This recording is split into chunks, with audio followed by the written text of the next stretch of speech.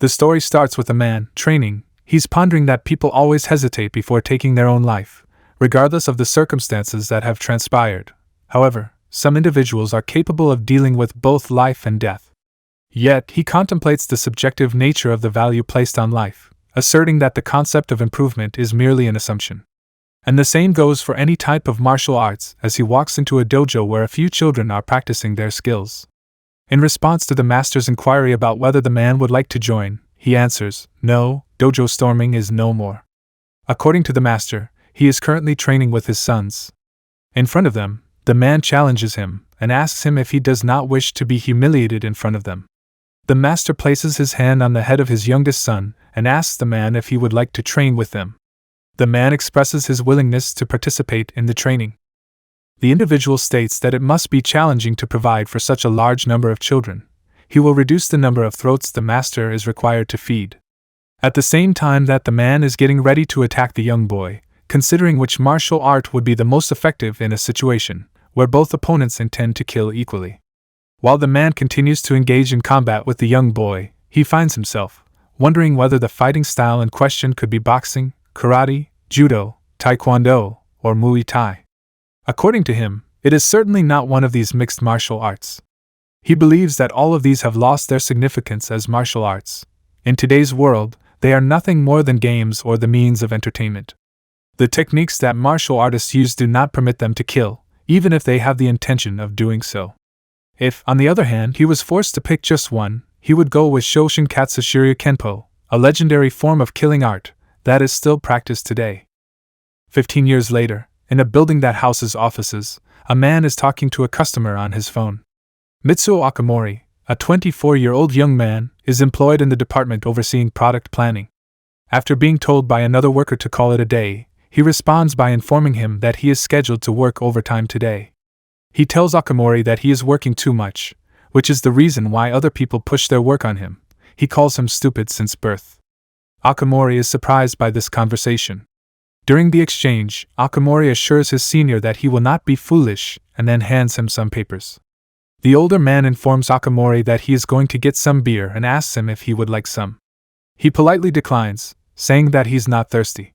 Seated at the desk adjacent to his, Kashiwa Kayate, a 22-year-old colleague, approaches Akamori and asks if he's putting in overtime today. He informs her, stating that he's swamped with a pile of tasks.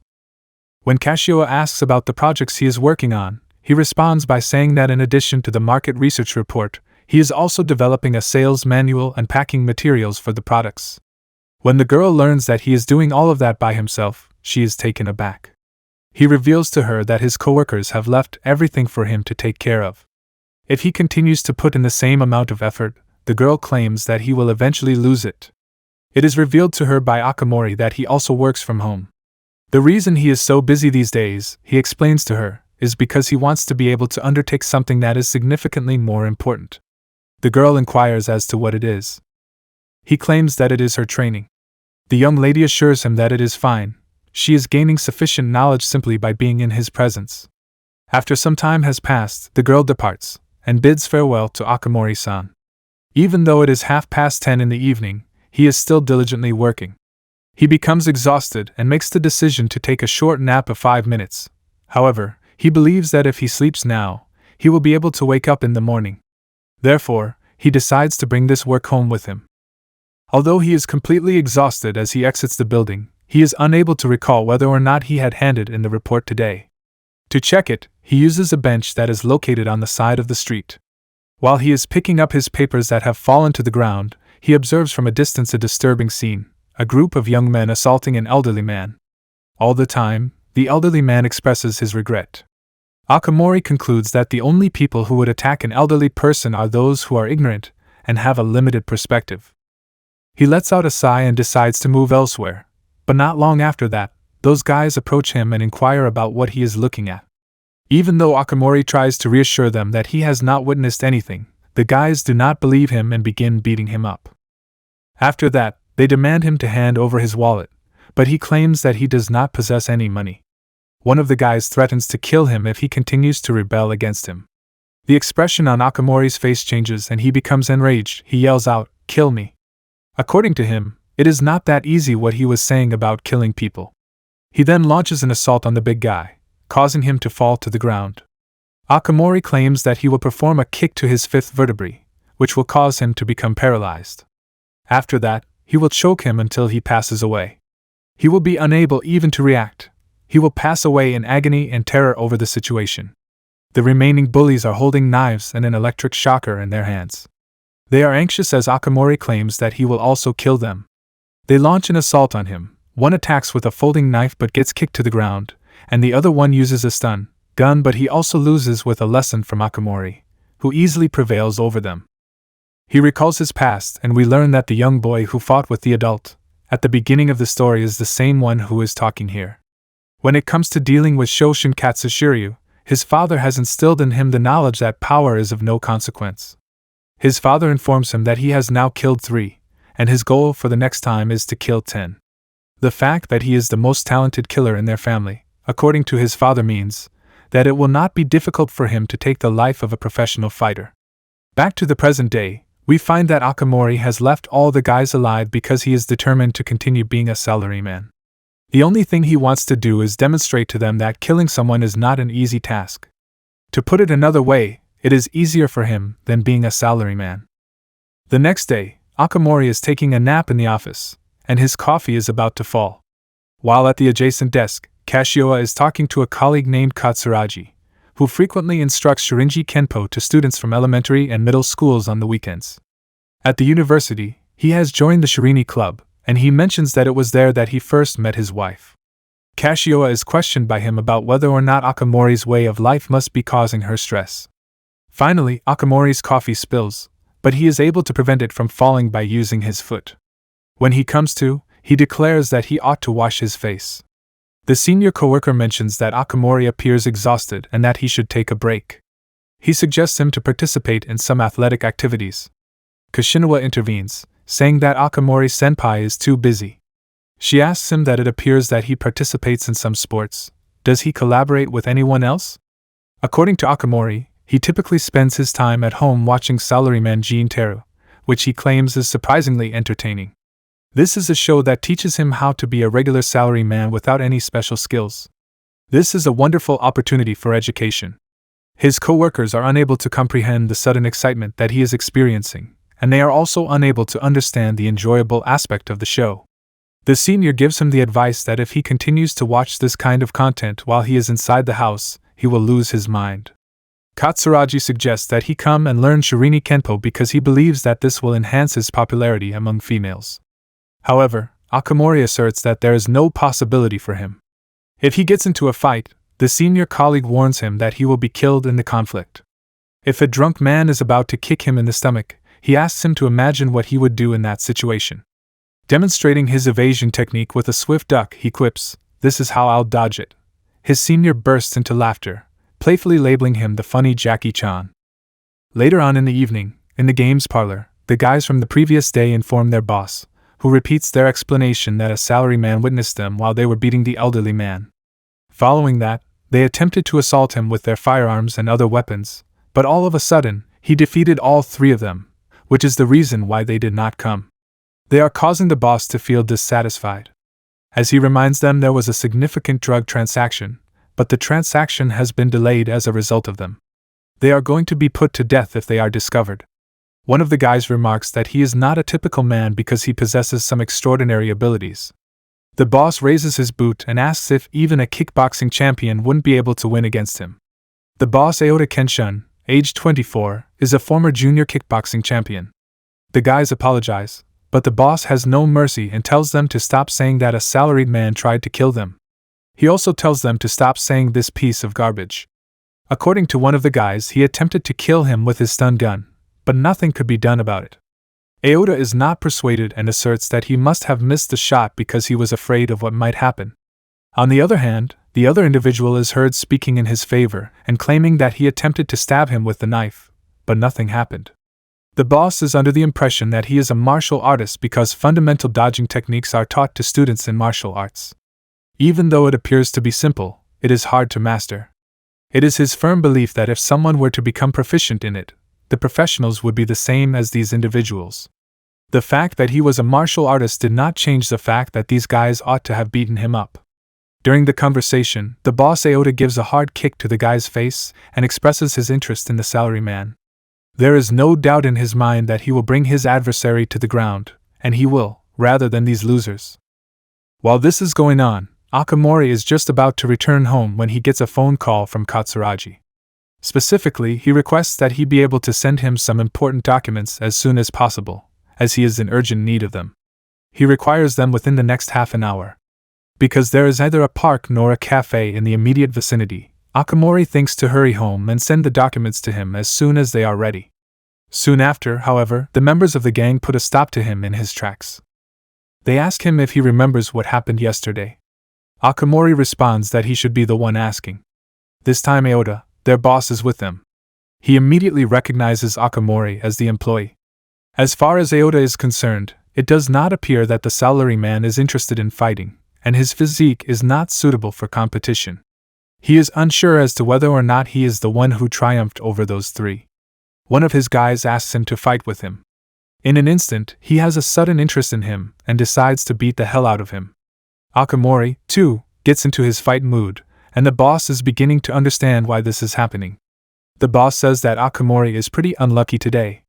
But he knocks the boss to the ground in a few minutes and says that he doesn't understand what it has to do with luck. It is sufficient for him to kick his vertebral column. Following that, he claims that he is joking. He is merely a salaryman, and he has retired from killing people. Aota is taken aback. When Akamori realizes that he is getting late, he makes a beeline for his house, but it appears that a certain individual has recorded the fight, and it goes viral.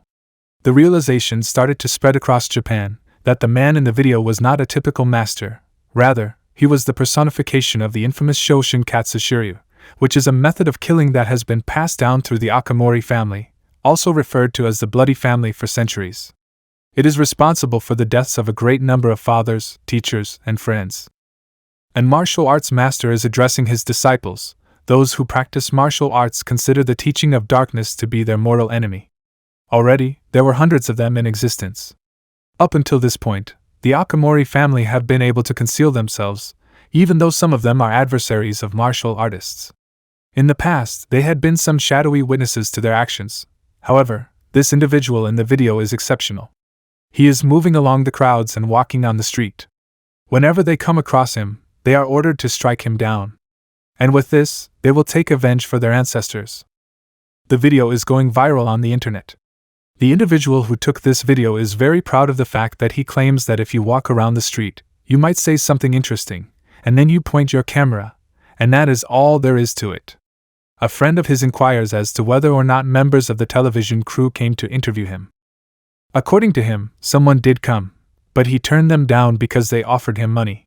The individual is receiving a great number of messages inquiring about the specifics of the video that he uploaded the day before. Instantaneously, he receives a message, in which they express their willingness to pay him for information that he possesses regarding the individual depicted in the video. At a cafe the following day, they are prepared to pay him 20 million yen with no delay. Meanwhile, a meeting is taking place between Akamori and Kashioa to discuss a presentation that they are scheduled to give the following day. The young lady is extremely content to be under his watchful eye. According to her, she is gaining a lot of knowledge from him, and she wishes him the best of luck with the presentation. If there is anything that she does not comprehend, Akamori advises her to inquire about it. While this is going on, everyone in the cafe is discussing the video that has gone viral of a murderer, who is now on the run. The video in question has been the subject of a great deal of speculation. She inquires as to whether or not he is not frightened by what other people are saying. Akamori claims that he is typically terrified, but at the moment he just zoned out. This, according to the girl, is because he is working too much. According to Akamori, whenever he hears things like that, he becomes overly anxious about going home by himself. On the other hand, he informs her that they are coming out with a new episode of the Salaryman show, which means that he will be leaving early tonight. He casually remarks that they frequently go to a cafe together, and then may return home together, as if they were lovers. The girl says that he frequently makes jokes about difficult topics like that. In general, people do not make jokes about things like that. He thinks that he ought to keep his composure, and that he apologizes for what he recently said. It is humorous in Kashioa's opinion. He apologizes to her again and responds that sometimes he says weird things. They are joined by their senior Katsuragi, who agrees with the girl and says that Akamori has been working very hard ever since he started working for the company, but that there are times when he becomes an airhead. He claims that things were even more difficult when he first started working for the company. Akamori becomes irritated and asks him to stop, but the girl encourages the senior to share stories about how Akamori used to be. During the conversation, the senior relates to her how he used to be, and the young lady is eager to learn more about it. He tells the story of how he took notes about mourning the death of someone. The girls tells Akamori that even the students are aware of it, but he is adamant that he was not instructed in anything similar to that while he was attending university. Almost immediately, they leave the cafe, and Akamori observes that they have increased the level of security. Although he believes that he has gained a great deal of knowledge over the past year, he is aware that there are still a few things that he does not know, and because of this, he despises his father. When he expressed his desire to stop killing people, his father was not supportive of his decision. He explained that if he did so, he would be sacrificing the very reason he was born. His father inquires as to the reasons behind his son's thoughts regarding that matter. He clarifies that when kills someone, he experiences a feeling of a part of himself disappearing. After a long wait, his father finally gives him permission to leave the dojo and integrate into society. Akamori is taken aback by the fact that his father does not oppose him, and his father explains that he can't escape the never-ending struggle that has been the fate of their family's trajectory. In the present, Akamori, who is resolute in her goal to lead a life that is similar to that of other people, rides the subway train. Suddenly, a man attacks him from behind, stabbing him in the back of the neck with a sharp knife. There is a sudden outbreak of panic on the train, and passengers begin to flee. It is revealed by the assailant that all of them have been pursuing Akamori, but he is the one who is the first to bring him down. He asserts that Akamori was responsible for the death of his father 3 years ago, and that his mother later committed suicide by hanging herself. Since then, he has decided to take Akamori's life on his own. On the other hand, it turns out that the person attacked the wrong person, and Akamori is still standing behind him, unharmed. The attacker realizes that he made a mistake and makes another attempt to attack Akamori. However, he easily defeats him. While he is just a salaryman, he observes that situations like these are exhausting for him. When they see this, everyone on the train is completely taken aback. He is concerned that he will be unable to watch the 7th episode of his favorite television series, and he is hoping that his coworkers are not on the train. As a result of the investigation conducted by the police, it is discovered that one of the passengers had knocked the attacker down in an instant. On the other hand, Akamori has already left the station and has decided to take a taxi to arrive home earlier than expected. Noticing that one of the buttons on his shirt is missing, he ponders how much more unfortunate he could be on this particular day. As he makes his way down the stairs, his adversaries take notice of him and conclude that the 20 million yen did not go to waste. A man with round glasses focuses on the 6th son. They begin to pursue him to put an end to his life to avenge their ancestors. At the office, the next morning, Kashioa is experiencing difficulties at work, but it does not stop Akamori from being there to assist her. As long as the topic of novelty is at the forefront of the conversation, he assures her that anything will satisfy her needs. It is difficult for her to think of a meeting topic that she would like to discuss. That being said, Akamori then proceeds to present her with his very own concept, which she finds to be not only remarkable but also extremely fascinating. On the other hand, the sheet has a creepy eagle head drawn on it, which makes her a little uneasy about the situation. When Katsuragi arrives at the office, he asks his coworkers if they have heard the news about an assault that took place on a train, and the incident took place close to where they work. He is concerned that his coworkers may not have heard about the assault. Upon hearing this information, the young lady is taken aback, and she recalls that Akamori was a passenger on the train at the time in question. Nevertheless, Akamori maintains that the incident occurred on a different train and refutes the allegations that have been made. Individuals realize that the person who is depicted in the video of the incident, which is titled The Strongest Salaryman, is the same person who was recorded in the video that was taken earlier. A lot of people are watching the video right now. As soon as Akamori sees these videos for the first time, he is taken aback and immediately disregards them, asserting that there is nothing remarkable about them. During the subsequent scene, two individuals who have committed several murders have a conversation about how criminals pretend to be members of the group and act in any manner that they choose. Hangyo Shinjuku Savage and Aota Kenshin, who is his second, are the individuals who are being taken into consideration here. The video of them being beaten up is currently being shared on the internet, which is a very unfortunate development. However, Aota's leader does not approve of his attitude and has stated that this level of disrespect is sufficient to cause him to kill Aota. He claims that he is the reason why they are not appreciated as much as they should be. After pulling out his weapon, Aota makes a threat to kill the leader if he continues to mess with him regardless of the consequences associated with his actions. The young leader of the Yakuza organization, Gozu Tanaka, makes an appearance alongside his men and asserts that the other individuals cannot be considered anything more than insects. He also makes this statement. Shinjuku's decision to fire Sonogi, which he finds to be hilarious, prompts him to confront Shinjuku about the matter. He wants to know what Shinjuku thinks about the situation. The observation that was made by one of Shinjuku's men was that if he had been in Sonogi's position, Shinjuku would have been destroyed. This was determined by the observation that was made. They make fun of him for several reasons, one of which is because of the decision that they consider to be absurd.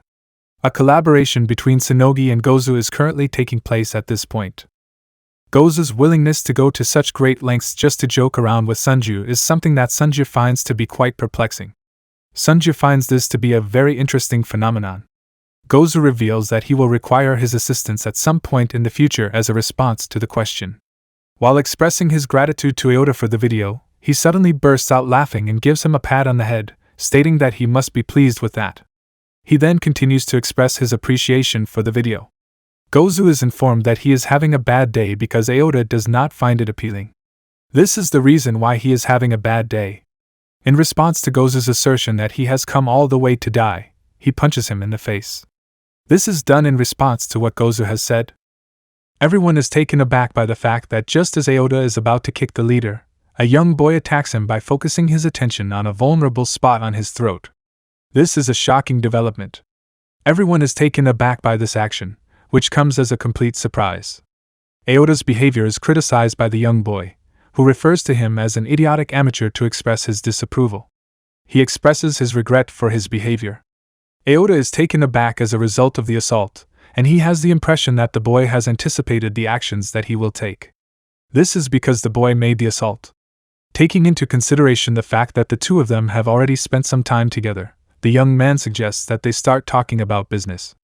After further investigation, it is discovered that the salaryman who assaulted Aota is a descendant of a family that had been their adversaries in the past. Following the expansion of the investigation, this newly discovered information was uncovered. He is now responsible for putting an end to this salaryman, which is his responsibility. This young master is now responsible for doing so. This objective has been successfully accomplished by them as a result of their successful acquisition of the services of Gumikujimata, Omagumi's personal assassin. It has been made clear that the assassin is obligated to leave at this very moment, and he has expressed a hope that they will have the chance to reconnect with one another at some point in the future. Meanwhile, as Akamori watches the video of his fight that is currently going viral on the internet, he is doing so in the company of his co-workers Katsuragi and Kashowa, who are also present in his office. Katsuragi asserts that this is a dangerous fight, even though he is unable to see the face of the person who is attacking him, but can tell that he is a young boy. Akamori has a bad feeling about this situation, and he is thinking to himself that this is a really dangerous situation, and perhaps the bald eagle head shouldn't be the topic of discussion. Here I